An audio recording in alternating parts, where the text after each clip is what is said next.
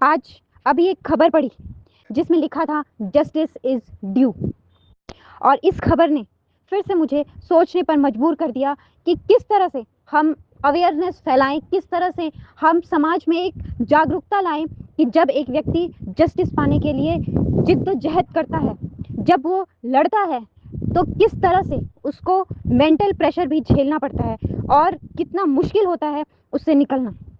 और यही चीज़ मैंने भी फेस किया है। 8 साल ट्रायल में मैंने हर एक दिन और हर एक रात इस प्रेशर को महसूस किया है। सबके सवालों से भरे चेहरे, सबकी आंखों में मेरे प्रति एक शंका, मेरे से सबकी निगाहें जो प्रश्न पूछती थी, उस प्रश्न का जवाब लाते लाते लाते लाते मुझे 8 साल लगे। और इन 8 सालों में हर एक दिन मेरे लिए ऐसा लगता था कि अगर कुछ गलत हुआ, अगर मैं इस सच की लड़ाई में हार गई तो मैं क्या जवाब दूंगी। वो जो लोग प्रश्न भरी निगाहों से मुझे देखते हैं, वहां मैं हार जाऊंगी।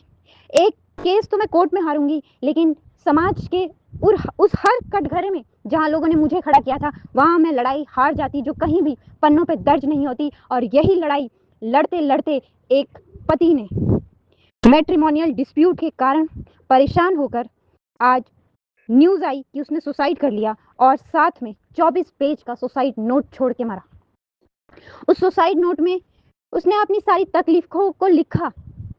और मैं सिर्फ ये बात इसलिए बता रही हूँ क्योंकि बहुत ही मुश्किल दौर से हर व्यक्ति गुजरता है जब वो न्याय पाने के लिए इस सिस्टम में घुसता है। और इस न्याय को पाने की जद्दोजहद मैंने की है और मैंने महसूस भी किया है।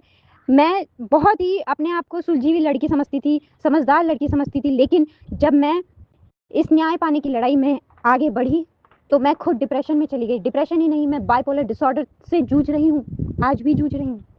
लेकिन मैंने कभी सुसाइड या मरने का रास्ता नहीं चुना, सिर्फ और सिर्फ फाइट फॉर योर राइट के फाउंडर की वजह से।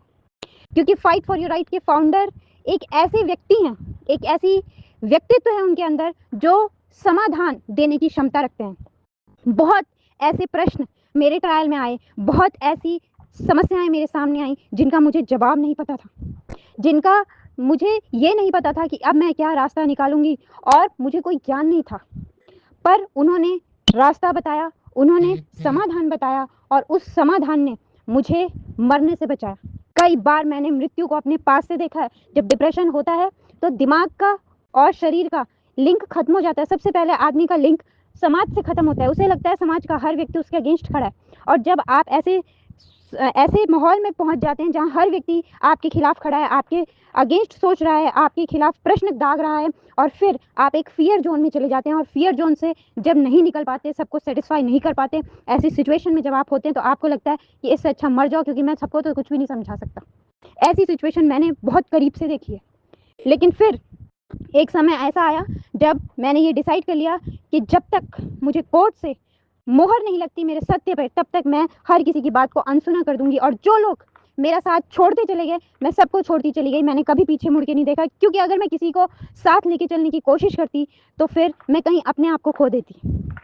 और ये सब चीज़ें मैं कर पाई क्योंकि मेरे साथ फाइट फॉर योर राइट के फाउंडर थे।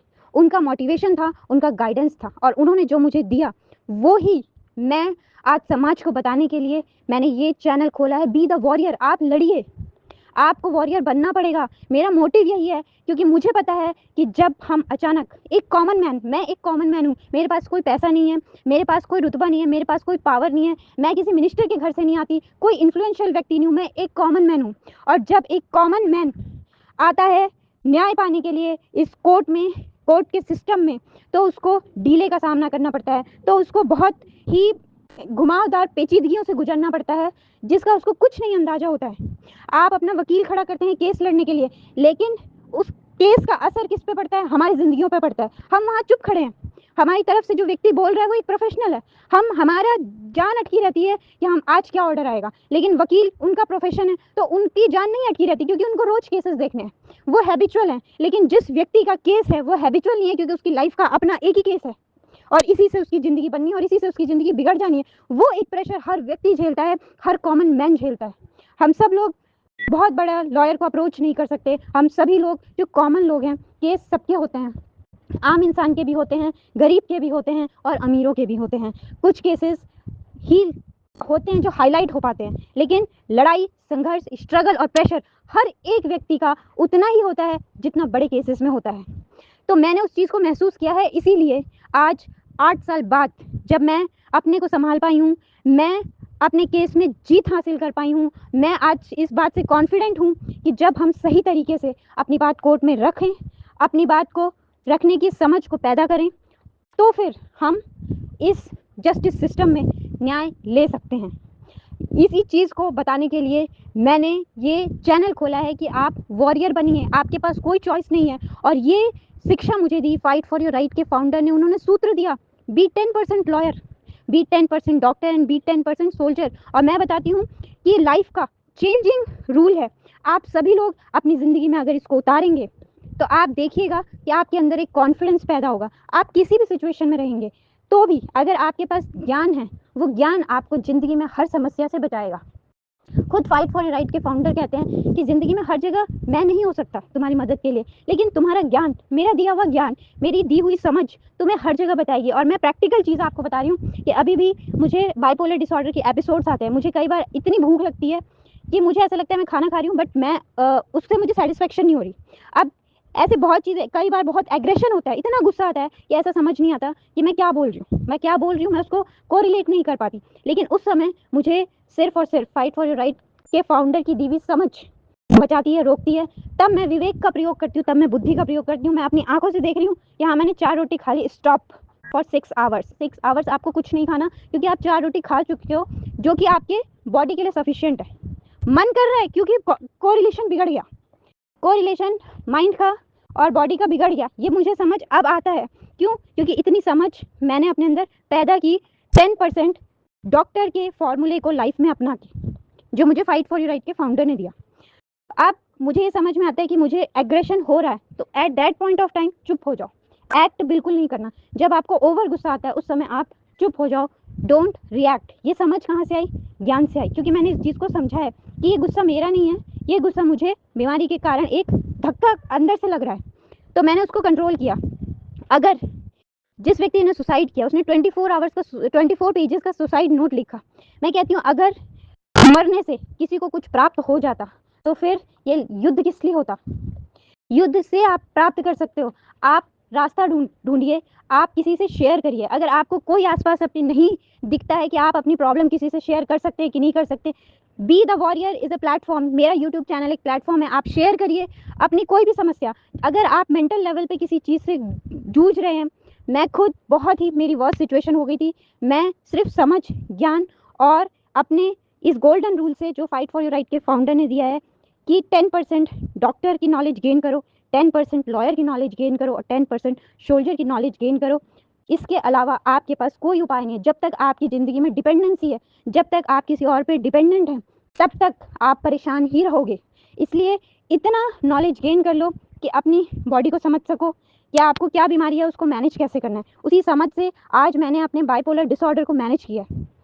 सही नहीं कर सकती और मैं डॉक्टर भी नहीं हूँ, लेकिन मैं अपनी लाइफ को पटरी पे ले आ पाई हूँ। एक दिन ऐसा था कि मैं अगला सेंटेंस भूल जाती थी, अगला शब्द मुझे याद नहीं आता था, और मैं किसी से बात नहीं की हूँ, सालों मैंने किसी से बात नहीं किया, लेकिन आज मैं अपनी स्टोरी शेयर कर पा रही हूँ, मैं आपको बता पा रही हूँ, सिर्फ इस वजह से क्योंकि मैंने अपनी बीमारी को मैनेज किया। मेडिसिन आज भी मैं ले रही हूँ, लेकिन वो एक लिमिट में ले रही हूँ और समझ के साथ ले रही हूँ कि हाँ, ये प्रॉब्लम है, ये समझ है। मैं जिस स्टेज पे मेरा केस खड़ा था, आप सुनेंगे मेरे यूट्यूब चैनल से, आप जुड़ेंगे तो आपको मैं अपने पूरे केस का, पूरे ट्रायल की कॉम्प्लिकेशंस, पूरे ट्रायल के हर एक स्टेजेस को बताऊंगी और आपको पता चलेगा कि कितना कॉम्प्लिकेटेड केस था। एफआईआर के समय पुलिस ने कह दिया कुछ नहीं होने वाला, बेल के समय वकीलों ने बोला, जो पब्लिक प्रोसिक्यूटर होते हैं कहते हैं कुछ नहीं होने वाला, तुम भागा दौड़ी कर रही हो। लोग तो मर्डर भी कर देते हैं तो भी उनको बेल मिल जाती है, बट स्टिल मैंने कहा नहीं, कोई बात नहीं, मैं अपनी बात रखूंगी। इन पर्सन मैंने अपनी बातें रखी। 2.5 साल एक्यूज एब्सकॉन्ड रहा, किसी को कुछ नहीं पता था। 2 स्टेट की पुलिस थी, कोई पुलिस कहती कि हमारा जुरिस्डिक्शन यहाँ खत्म, दूसरी बोलती हमारा जुरिस्डिक्शन यहाँ खत्म, और आरोपी लगातार हमारे ऊपर फॉल्स कंप्लेन कर रहा है। आप सोचिए, एक सिचुएशन ऐसी आई थी कि जो आरोपी फरार है, पुलिस ढूंढ रही है, वो आरोपी नहीं मिल रहा, वही आरोपी का मर्डर हो गया। ऐसी कंप्लेंट आरोपी के पिता ने मेरे ऊपर कर दी, मेरी फैमिली के ऊपर कर दी कि इन्होंने मेरे बेटे को जान से मार के फेंक दिया। अब हमारा तो एड्रेस है, लेकिन उसका बेटा तो फरार है। उसने फरार बेटे को मृत घोषित करके हमारे ऊपर मर्डर की कंप्लेंट कर एफआईआर करवाने के लिए कंप्लेंट कर दी। इस सिचुएशन से भी मुझे निकाला फाइट फॉर योर राइट के फाउंडर ने। और ये वो सिचुएशन थी जहां मरने के अलावा कोई उपाय नहीं था, क्योंकि मेरी सुनने वाला उस समय कोई नहीं था। अरे मैं ये सोच रही थी दिन और रात कि जिस व्यक्ति को अरेस्ट कराने के लिए मैं पुलिस में कोर्ट में चक्कर लगा रही हूँ, इस व्यक्ति को अरेस्ट करो, उसी का मर्डर हो गया, मेरे ऊपर एफआईआर होने जा रही है। ऐसी सिचुएशन में क्या करेंगे आप खुद सोचिए। लेकिन ऐसी सिचुएशन में भी मुझे रास्ता मिला, और आज यही सब रास्ता है, सॉल्यूशन है, जिसने मुझे जिंदा रखा है। और मैं चाहती हूँ कि हर व्यक्ति को वो सॉल्यूशन मिले, हर व्यक्ति तक, हर कॉमन मैन तक। अमीर लोगों को बड़े बड़े वकील मिल जाते हैं, लेकिन मैं चाहती हूँ मेरे जैसे मिडिल क्लास व्यक्ति को भी रास्ता मिले, और हमें रास्ता ढूंढने की कोशिश करनी चाहिए, ना कि मरने का रास्ता लेना चाहिए। क्योंकि अगर आप मर गए तो आपकी लड़ाई वहीं अधूरी खत्म हो जाएगी, और हमेशा जस्टिस इज ड्यू जिंदगी भर के लिए रह जाएगा, न्याय कभी मिल नहीं पाएगा। अगर आप जिंदा हैं तो आपकी जिंदगी जंग के कई रास्ते चुन सकती है, जंग के कई तरीके निकाल सकती है, लेकिन सबसे पहले आपका जिंदा रहना जरूरी है। आज इस खबर ने फिर मुझे ये सोचने पे मजबूर कर दिया कि क्यों हमारे समाज में ये सोच नहीं है कि हम न्याय पा सकते हैं। न्याय पाने से पहले ही व्यक्ति उम्मीद तोड़ देता है, क्योंकि सिस्टम इतना कॉम्प्लिकेटेड है। करप्शन, जब हम अंदर घुसते हैं हमें करप्शन दिखता है, कॉम्प्लिकेशंस दिखते हैं, डिले दिखता है। इन सारी चीज़ों से हर किसी की हिम्मत हार जाती है। ये बहुत नेचुरल चीज़ है, लेकिन मेरा कहना है कि ज़िंदगी से हार जाना किसी चीज़ का उपाय नहीं है। आप सॉल्यूशन की तरफ आइए, सॉल्यूशन की तरफ जुड़िए। हर एक चीज़ का उपाय है, लेकिन हमें सोचना पड़ेगा। माना कि आज हमें लगता है कि सब रास्ते बंद हैं, मुझे भी लगा था कि सब रास्ते बंद हैं। मेरे साथ मेरी फैमिली भी नहीं खड़ी थी, यहाँ तक कि मेरी फैमिली ने भी एक बार बोल दिया कि तुम्हारी लड़ाई में कुछ नहीं होने वाला, तुम फालतू लड़ रही हो और तुम्हें बाद में हार मिलेगी, इंसल्ट मिलेगी, यही तुम्हारा रिजल्ट है। सब ने बोल के मेरा साथ छोड़ दिया, लेकिन तब मैंने निर्णय किया था कि मुझे किसी को नहीं साथ लेके चलना, क्योंकि किसी को साथ लेके चलने का मतलब था खुद को खत्म कर देना। मैंने खुद को जिंदा रखा। आप जिंदगी में अपने को चुनिए, अपने को जिंदा रखिए, अपने मनोबल को जिंदा रखिए, अपने जिद को जिंदा रखिए और अपनी विश्वास को जिंदा रखिए। अगर आप जिंदा हैं तो आप जिंदगी में हर जंग जीत सकते हैं, लेकिन अगर आप ही मर गए तो जिंदगी में कुछ नहीं हो सकता, और जस्टिस हमेशा ड्यू रह जाएगा। मैं चाहती हूँ जस्टिस डिलीवर हो और हर व्यक्ति को डिलीवर हो। इसी विचारधारा के साथ न्याय बनाया गया था, न्याय की प्रक्रिया बनाई गई थी कि हर व्यक्ति को न्याय मिले। लेकिन इस परिस्थिति में जब न्याय ड्यू रह जाएगा तो आप सोचिए कि फिर विश्वास लोगों का उठ जाएगा। सबसे पहले उपाय ढूंढने पर विचार कीजिए, और ये चैनल मैंने इसीलिए बनाया है कि कॉमन मैन, हर ऐसा व्यक्ति जो खुद का वकील भी नहीं कर सकता। मेरी सिचुएशन ऐसी थी कि मेरे पास इतने पैसे भी नहीं थे कि मैं खुद का वकील हायर करूं, क्योंकि मेरे अपोजिट वाले के पास इतने पैसे थे कि वो हाई कोर्ट में भी सीनियर एडवोकेट, 2 एडवोकेट होते हैं, नॉर्मल एडवोकेट भी होते हैं, एक एडवोकेट ऐसे होते हैं जिनको सीनियर गाउन मिला होता है, वो सीनियर एडवोकेट की मैं बात कर रही हूँ। ऐसे एडवोकेट जिनको सीनियर गाउन मिला है, ऐसे हाई कोर्ट के एडवोकेट को वो हायर करने की कैपेबिलिटी रखता था और उसने हायर किया। और दूसरी तरफ मैं नॉर्मल एडवोकेट भी हायर नहीं कर सकती थी, मैं जनरल कोच में, जनरल लेडीज कोच में ट्रैवल करके मैंने कोर्ट की डेट अटेंड की है। इस सिचुएशन में मैंने लड़ाई लड़ी है, लेकिन फाइट फॉर योर राइट के फाउंडर की मोटिवेशन थी, उनका सपोर्ट था और उनका सजेशंस थे, जिसने कुछ नहीं होते हुए भी मुझे इतने बड़े वकील के सामने खड़े होने की हिम्मत दी, और मैंने अपनी बात कोर्ट में रखी। और जब मैंने अपनी बात अच्छे से कोर्ट को पहुंचाई तो फिर सीनियर वकील के खड़े होने के बावजूद भी उस आरोपी की बेल रिजेक्ट हुई। और तब धीरे धीरे एक एक स्टेप जीतते जीतते मुझे विश्वास हुआ कि अगर हम अपने अंदर अपनी विश्वास को जिंदा रखते हैं और आगे बढ़ने की हिम्मत रखते हैं तो फिर हम जस्टिस पा सकते हैं। बस अपनी बात रखनी आनी चाहिए, अपनी बात रखने का तरीका होना चाहिए, और हमारे अंदर इतनी नॉलेज होनी चाहिए कि हम अपनी बात खुद ठीक से रख सकें। हमारे यहाँ बहुत सारे ऐसे लोग हैं जिन्हें ये भी नहीं पता कि नॉर्मल प्रक्रिया क्या होती है कानून की। इसलिए फाइट फॉर योर राइट के फाउंडर ने बोला है 10% समाज बहुत हद तक बदल जाएगा अगर हर व्यक्ति अपने पास 10% लीगल नॉलेज रखने लगेगा। तो जो स्टार्टिंग में हम गलतियां करते हैं वो सारी गलतियां बच जाएंगी। प्रोसीजर की जो गलतियां करते हैं, जो हम अपनी बात रखने में गलतियां करते हैं, जो हमें अपने केस के बारे में फाइलों का ही नहीं पता होता, उतनी नॉलेज हमें अगर होने लग जाएगी तो हम अपने केस को समझने लग जाएंगे। आप दूसरे का ना समझिए, लेकिन इतनी समझ जरूर पैदा करिए कि आप अपना केस समझिए। और ये जब आपके अंदर आ जाएगा तो आप देखिएगा कि एक अलग ही लेवल का कॉन्फिडेंस आपके अंदर आएगा। और ये ही विजन है फाइट फॉर योर राइट के फाउंडर का। उन्होंने कहा है कि 10%, अगर ये 10% का सिस्टम हमारे समाज में आया, हर व्यक्ति ने इसको अपनाया, तो देखना समाज का प्रारूप एक दिन बदल जाएगा। जब हम अपनी मदद करने के लायक बन जाएंगे, जब हम अपनी बीमारी को मैनेज करने लगेंगे, तो हम अगले व्यक्ति को भी कुछ सजेशन दे सकते हैं। हर व्यक्ति तक डॉक्टर पहुंच जाए ये मुमकिन नहीं है, लेकिन हमारे बगल के 10 व्यक्तियों की हम हेल्प कर सकते हैं। कब? जब हम काबिल बनेंगे। ये एक समाज जो बनेगा वो समाज एक अलग ही समाज होगा, लेकिन इसके लिए हमें आपस में जुड़ना पड़ेगा, हमें डिस्कशंस करने पड़ेंगे, हमें अपनी प्रॉब्लम को सॉल्व करना पड़ेगा, जिसके लिए हमें अपने आप को जिंदा रखना बहुत ज़रूरी है। सुसाइड की सिचुएशंस आती हैं, मैं मानती हूँ, बहुत समय ऐसा आता है जब लगता है कि अब सब कुछ ख़त्म, लेकिन नहीं। अगर आप ख़त्म हो गए तो आगे आने की सारी उम्मीदें भी ख़त्म हो जाएगी। उम्मीद को ज़िंदा रखना चाहिए। उम्मीद अगर ज़िंदा है तो फिर पत्थर से भी पानी निकलता है। उम्मीद अगर ज़िंदा है तो सब कुछ हो सकता है।